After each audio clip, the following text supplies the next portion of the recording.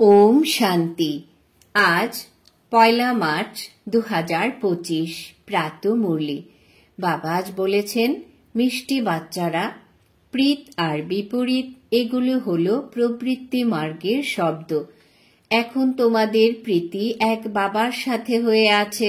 বাচ্চারা, তোমরা নিরন্তর বাবার স্মরণে থাকো। আজকের মুরলির প্রশ্ন, স্মরণের যাত্রাকে দ্বিতীয় আর কি নাম দেওয়া যেতে পারে? উত্তর, স্মরণের যাত্রা হল প্রীতির যাত্রা। যারা বিপরীত বুদ্ধির হয় তাদের থেকে নাম রূপে ফেঁসে যাওয়ার দুর্গন্ধ আসতে থাকে। তাদের বুদ্ধি তমোপ্রধান হয়ে যায়। যাদের বুদ্ধি এক বাবার সাথে জুড়ে থাকে তারা অন্যদেরকেও জ্ঞান দান করতে থাকে। কোনো দেহধারীর সাথে তাদের প্রীত থাকতে পারে না। আজকের মুরলির গীত এই সময় চলে যাচ্ছে। ওম শান্তি। বাবা বাচ্চাদের বোঝাচ্ছেন, এখন একে স্মরণের যাত্রাও বলে বা প্রীতির যাত্রাও বলে। সাধারণ মানুষ তো সেই সব জায়গায় যাত্রা করে। এই যেসব রচনা আছে সেখানে যাত্রা করতে যায়। ভিন্ন ভিন্ন ধরনের রচনা, তাই না? রচয়িতাকে কেউ জানে না। এখন তোমরা রচয়িতা বাবাকে জেনে গেছো। সেই বাবার স্মরণে কখনো থেমে যেও না। তোমাদের জন্য স্মরণের যাত্রা প্রাপ্ত হয়েছে। এটাকেই স্মরণের যাত্রা বা প্রীতের যাত্রা বলা হয়। যার বাবার সাথে খুব বেশি ভালোবাসা থাকবে সে এই স্মরণের যাত্রাও খুব ভালো করে করবে। যতটা ভালোবাসার সহিত যাত্রা করবে ততই পবিত্র হতে থাকবে। শিব ভগবান উবাচ, তাই না? বিনাশকালে বিপরীত বুদ্ধি আর বিনাশকালে প্রীত বুদ্ধি। বাচ্চারা, তোমরা জেনে গেছো যে এখন হলো বিনাশের সময়। এটা সেই গীতার পর্ব চলছে। বাবা শ্রীকৃষ্ণের গীতা আর ত্রিমূর্তি শিবের গীতার মধ্যে বৈষম্যের কথাও বলেছেন। এখন গীতার ভগবানকে পরমপিতা শিব ভগবান উবাচ, কেবলমাত্র শিব শব্দ লিখবে না, কেননা শিব নামও অনেকের আছে। সেই জন্য পরমপিতা পরমাত্মা লিখলে তিনি যে সুপ্রিম তা বোঝা যাবে। কেউ তো নিজেকে পরমপিতা বলতে পারে না। সন্ন্যাসীরা শিবহোম বলে দেয়। তারা তো বাবাকে স্মরণ করতেই জানে না, বাবাকেই জানে না। বাবার সাথে প্রীতি নেই। প্রীত আর বিপরীত এটা হলো প্রবৃত্তি মার্গের জন্য। কোনো কোনো বাচ্চার বাবার সাথে প্রীত বুদ্ধি থাকে, কারোর আবার বিপরীত বুদ্ধিও হয়ে যায়। তোমাদের মধ্যেও এমনটি হয়। বাবার সাথে ভালোবাসা তাদেরই থাকে যারা বাবার সার্ভিসে তৎপর থাকে। বাবা ছাড়া আর কারোর সাথে ভালোবাসা হতে পারে না। শিব বাবাকেই বলে যে, বাবা, আমি তো তোমারই সেবাধারী আছি। এখানে ব্রহ্মা বাবার কথাই নেই। শিব বাবার সাথে যে আত্মাদের ভালোবাসা থাকবে তারা অবশ্যই সেবাধারী হবে। শিব বাবার সাথেই তারা সার্ভিস করতে থাকবে। প্রীত না থাকলে তো বিপরীত হয়ে যায়। বিপরীত বুদ্ধি বিনশন্তি। বাবার সাথে যে আত্মার ভালোবাসা থাকবে সে সাহায্যকারীও হবে। যত ভালোবাসা ততই সার্ভিসে সহায়ক হবে। স্মরণই করে না তার অর্থ হলো ভালোবাসা নেই। পুনরায় দেহধারীর সাথে ভালোবাসা হয়ে যায়। মানুষ মানুষকে নিজের স্মৃতি চিহ্ন রূপে কিছু জিনিস দেয়, তাই না? তার স্মরণ অবশ্যই আসে। এখন বাচ্চারা, বাবা তোমাদের অবিনাশী জ্ঞান রত্নের সওগাত দিচ্ছেন, যার দ্বারা তোমরা রাজত্ব প্রাপ্ত করো। বাবা অবিনাশী জ্ঞান রত্নের দান করেন, তাই প্রীত বুদ্ধি হও। তোমরা এখন জেনে গেছো যে বাবা সকলের কল্যাণ করতে এসেছেন। আমাদেরকেও সেবাধারী হতে হবে। এই রকম প্রীত বুদ্ধিরাই বিজয়ন্তী হয়। যে স্মরণই করে না সে প্রীত বুদ্ধি হতে পারে না। বাবার সাথে ভালোবাসা হলে, স্মরণ করলে তবে তো বিকর্ম বিনাশ হবে, আর অন্যদেরকেও কল্যাণের রাস্তা বলে দিতে পারবে। তোমাদের ব্রাহ্মণ বাচ্চাদের মধ্যেও প্রীত এবং বিপরীত দুই রকমেরই আত্মা আছে। বাবাকে বেশি স্মরণ করে মানে ভালোবাসা আছে। বাবা বলেন, আমাকে নিরন্তর স্মরণ করো, আমার সহায়তাকারী হও। রচনার এক রচয়িতা বাবারই স্মরণ থাকা চাই। কোনো রচনাকে স্মরণ করো না, জগতে তো কেউ রচয়িতাকে জানেই না, তাই স্মরণও করে না। সন্ন্যাসীরা ব্রহ্মকে স্মরণ করে, সেটাও তো রচনা হয়ে গেল, তাই না? রচয়িতা তো সকলের একজনই, তাই না? অন্য যা কিছু জিনিস এই চোখ দিয়ে দেখো সেসব তো হলো রচনা। যেটা এই চোখ দিয়ে দেখা যায় না সেটা হলো রচয়িতা বাবা। ব্রহ্মা বিষ্ণু শঙ্করেরও চিত্র আছে, তারাও হলো রচনা। বাবা যে চিত্র বানানোর জন্য বলেছেন তার উপরে লিখতে হবে যে পরমপিতা পরমাত্মা ত্রিমূর্তি শিব ভগবান উবাচ। হয়তো কেউ নিজেকে ভগবান বলে পরিচয় দেয়, কিন্তু নিজেকে পরমাত্মা বলতে পারে না। তোমাদের বুদ্ধিযোগ আছে শিব বাবার সাথে নাকি শরীরের সাথে? বাবা বুঝিয়েছেন যে নিজেকে অশরীরী আত্মা মনে করে আমাকে অর্থাৎ বাবাকে স্মরণ করো। প্রীত আর বিপরীত বুদ্ধি বোঝা যায় তোমাদের সেবা দেখে। বাবার সাথে ভালোবাসা থাকলে সেবাও খুব ভালো হয়, তখন বিজয়ন্তী বলা যাবে। ভালোবাসা না থাকলে সেবাও হবে না, তারপর পদও কমে যাবে। কম পদকে বলা হবে উঁচু পদের থেকে বিনশন্তি। এমনিতে বিনাশ তো সকলেরই হয়, কিন্তু এটা হলো মুখ্য প্রীত আর বিপরীত বুদ্ধিযুক্ত আত্মাদের কথা। রচয়িতা বাবা তো একজনই আছেন, তাকেই শিব পরমাত্মায় নম বলা হয়। শিব জয়ন্তীও পালন করা হয়। শঙ্কর জয়ন্তী কখনো শোনা যায় না। প্রজাপিতা ব্রহ্মারও নাম আছে, বিষ্ণুর জয়ন্তী মানানো হয় না, কৃষ্ণের জয়ন্তী মানানো হয়। এটাও কারোর জানা নেই কৃষ্ণ আর বিষ্ণুর মধ্যে কি পার্থক্য আছে। বিনাশকালে বিপরীত বুদ্ধি হয় সাধারণ মানুষের, তো তোমাদের মধ্যেও প্রীত আর বিপরীত বুদ্ধি আছে, তাই না? বাবা বলেন, তোমাদের এই আধ্যাত্মিক ধান্দা তো খুব ভালো। অমৃতবেলা আর সন্ধেবেলা এই সেবায় লেগে যাও। সন্ধে 6টা থেকে 7টা এই সময়টা হলো খুব ভালো সময়। সৎসঙ্গ আদিও সকালে আর সন্ধেবেলায় করে। রাত্রিবেলায় বায়ুমণ্ডল খারাপ হয়ে যায়। রাত্রিতে আত্মা স্বয়ং শান্তিতে চলে যায়, যাকে নিদ্রা বলে। পুনরায় সকালে জাগ্রত হয়। তারা বলে, হে আমার মন, প্রভাতে রামকে স্মরণ করো। এখন বাবা বাচ্চাদেরকে বোঝাচ্ছেন যে আমাকে অর্থাৎ একমাত্র বাবাকে স্মরণ করো। শিব বাবা যখন শরীরে প্রবেশ করেন তখনই তো বলেন যে আমাকে স্মরণ করো, তো বিকর্ম বিনাশ হয়ে যাবে। বাচ্চারা, তোমরাই জানো যে তোমরা কতক্ষণ বাবাকে স্মরণ করো আর আধ্যাত্মিক সেবা করো। সবাইকে এই পরিচয় দিতে হবে যে নিজেকে আত্মা মনে করে বাবাকে স্মরণ করো, তো তোমরা তমপ্রধান থেকে শতপ্রধান হয়ে যাবে, অবগুণ বেরিয়ে যাবে। প্রীত বুদ্ধিদের মধ্যেও পার্সেন্টেজ আছে। বাবার সাথে ভালোবাসা নেই, তাহলে নিশ্চয়ই নিজের দেহের সাথে ভালোবাসা আছে বা আত্মীয় পরিজনদের সাথে ভালোবাসা আছে। বাবার সাথে ভালোবাসা থাকলে তো সেবায় লেগে যাবে। বাবার সাথে ভালোবাসা না থাকলে সেবাও করবে না। কাউকে তো কেবল অল্প বাবা আর বেবাদশাহীর রহস্য বোঝানো তো খুবই সহজ। হে ভগবান, হে পরমাত্মা বলে স্মরণ করে, কিন্তু তাকে জানেই না।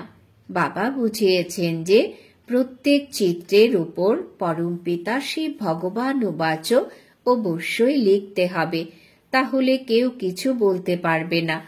এখন তো বাচ্চারা তোমরা চারা গাছ রোপণ করছো, সবাইকে রাস্তা বলে দাও, তো সবাই এসে বাবার থেকে আশীর্বাদ নেবে। বাবাকে জানেই না, এই জন্য প্রীত বুদ্ধি নেই। পাপ বৃদ্ধি হতে হতে একদম তমপ্রধান হয়ে গেছে। বাবার সাথে প্রীত তারই থাকবে যে বাবাকে খুব স্মরণ করবে, তাদেরই গোল্ডেন এজ বুদ্ধি হবে। অন্যদিকে বুদ্ধি চলে গেলে তো তমপ্রধান হয়েই থাকবে। যদিও বাবার সামনে বসে থাকে, তবুও প্রীত বুদ্ধি বলা যাবে না, কেননা স্মরণে তো করে না। প্রীত বুদ্ধির লক্ষণ হলো স্মরণ। তারা ধারণ করবে, অন্যদের উপরেও দয়া করবে যে বাবাকে স্মরণ করো তো পবিত্র হয়ে যাবে। এটা কাউকে বোঝানো তো খুবই সহজ। বাবা স্বর্গের বাদশাহীর উত্তরাধিকার বাচ্চাদেরকেই প্রদান করেন। শিব বাবা অবশ্যই এসেছিলেন, তাই তো শিব জয়ন্তী পালন করে, তাই না? কৃষ্ণ, রাম আদি সব এখানেই হয়েছে, তাই তো এখানেই সব পালন করে, তাই না? শিব বাবাকেও স্মরণ করা হয়, কেননা তিনি এসে বাচ্চাদেরকে বিশ্বের বাদশাহী দিয়েছেন। নতুন যারা এসেছে তারা এসব কথা বুঝতে পারবে না। ভগবান কিভাবে এসে অবিনাশী উত্তরাধিকার দেন। একদমই পাথর বুদ্ধি হয়ে গেছে, স্মরণ করারও বুদ্ধি নেই।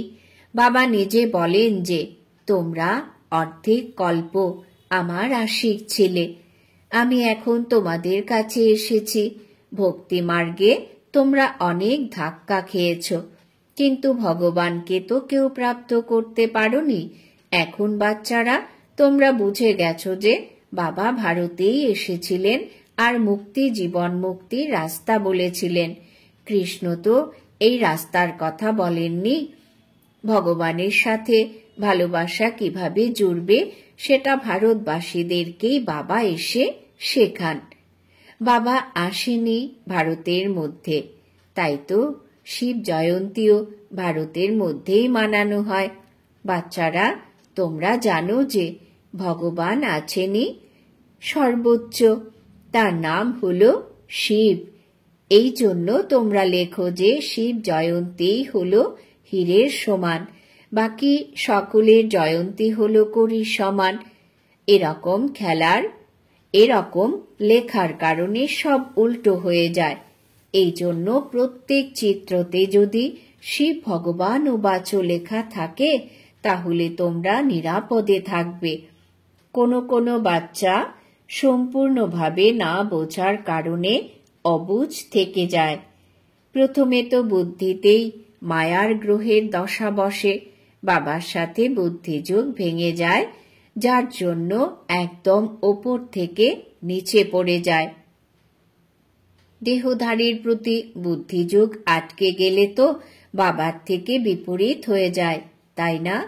তোমাদেরকে এক বিচিত্র বিদেহী বাবার সাথেই প্রীত রাখতে হবে। দেহধারীর সাথে প্রীত রাখা ক্ষতিকারক হয়ে যায়। বুদ্ধি ওপর থেকে ভেঙে গেলে তো একদম নিচে এসে পড়ে। যদিও এটা অনাদি পূর্ব নির্ধারিত ড্রামা চলছে, তবুও বোঝাতে তো হবেই, তাই না?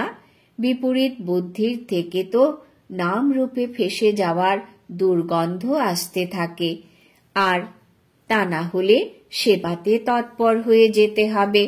বাবা কালকেও খুব ভালো করে বুঝিয়েছেন যে মুখ্য কথাই হলো গীতার ভগবান কে।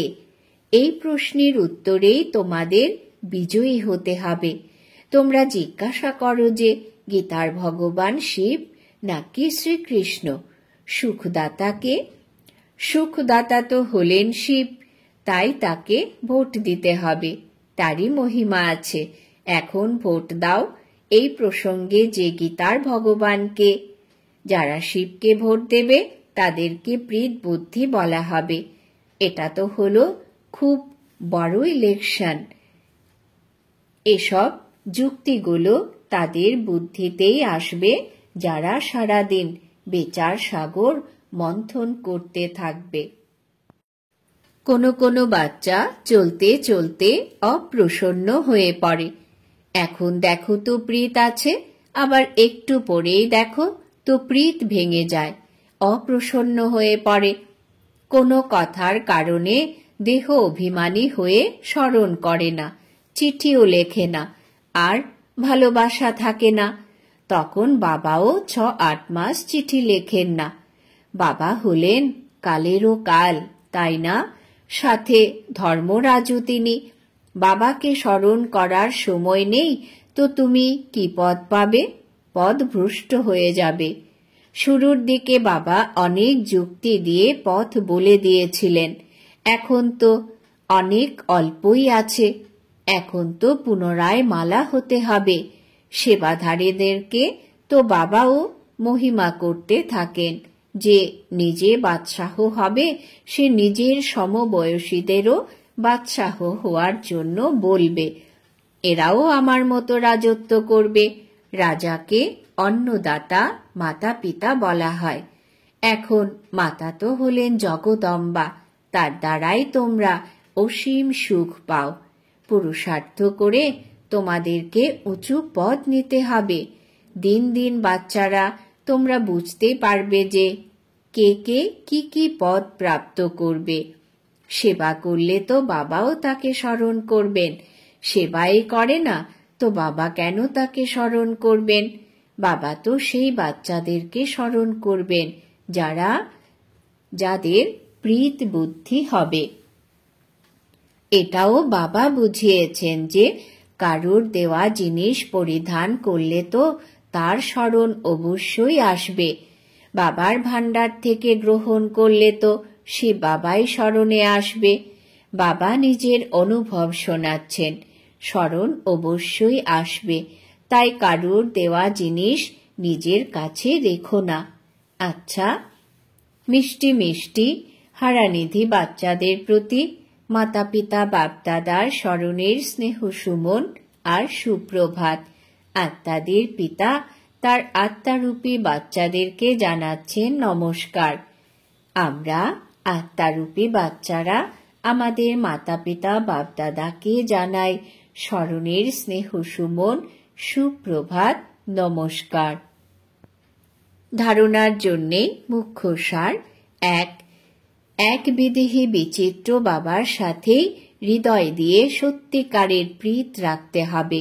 সর্বদা এই সতর্কতা রাখতে হবে যে মায়ার গ্রহের দশা কখনো যেন বুদ্ধিতে আক্রমণ না করতে পারে। 2. কখনো বাবার প্রতি অপ্রসন্ন হবে না। সেবাধারী হয়ে নিজের ভবিষ্যৎকে উঁচু বানাতে হবে। কারুর দেওয়া কোনো জিনিস নিজের কাছে রাখবে না। বরদান: বাবা বরদান দিয়েছেন শুদ্ধতার বিধির দ্বারা কেল্লাকে মজবুতকারী, সদা বিজয়ী এবং নির্বিঘ্ন ভব। শুদ্ধতার বিধির দ্বারা কেল্লাকে মজবুতকারী, সদা বিজয়ী এবং নির্বিঘ্ন ভব।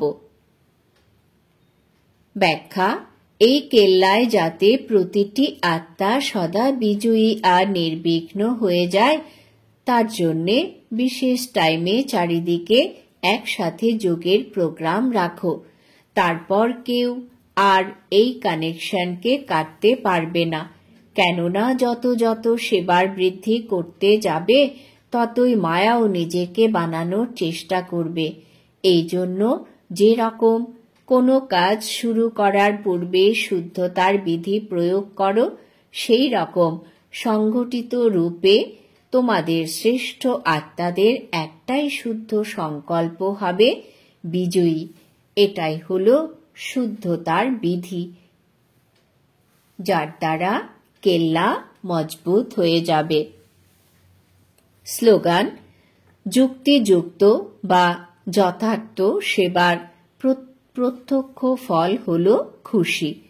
যুক্তিযুক্ত বা যথার্থ সেবার প্রত্যক্ষ ফল হল খুশি। আজকের সমান আমি সদা বিজয়ী এবং নির্বিঘ্ন আত্মা। আজকের জন্য অব্যক্ত ইশারা। সততা আর সভ্যতা রূপী কালচারকে ধারণ করো। ব্রাহ্মণ জীবনের ফার্স্ট নম্বরের কালচার হল সত্যতা আর সভ্যতা। তো প্রত্যেকের চেহারা আর চলনে এই ব্রাহ্মণ কালচার প্রত্যক্ষ হবে। প্রত্যেক ব্রাহ্মণ হাসি মুখে প্রত্যেকের সম্পর্কে আসবে। কেউ যে রকমই হোক, তোমরা নিজেদের এই কালচার কখনো ত্যাগ করবে না। তাহলে সহজেই পরমাত্ম প্রত্যক্ষতার নিমিত্ত হয়ে যাবে। ওম শান্তি।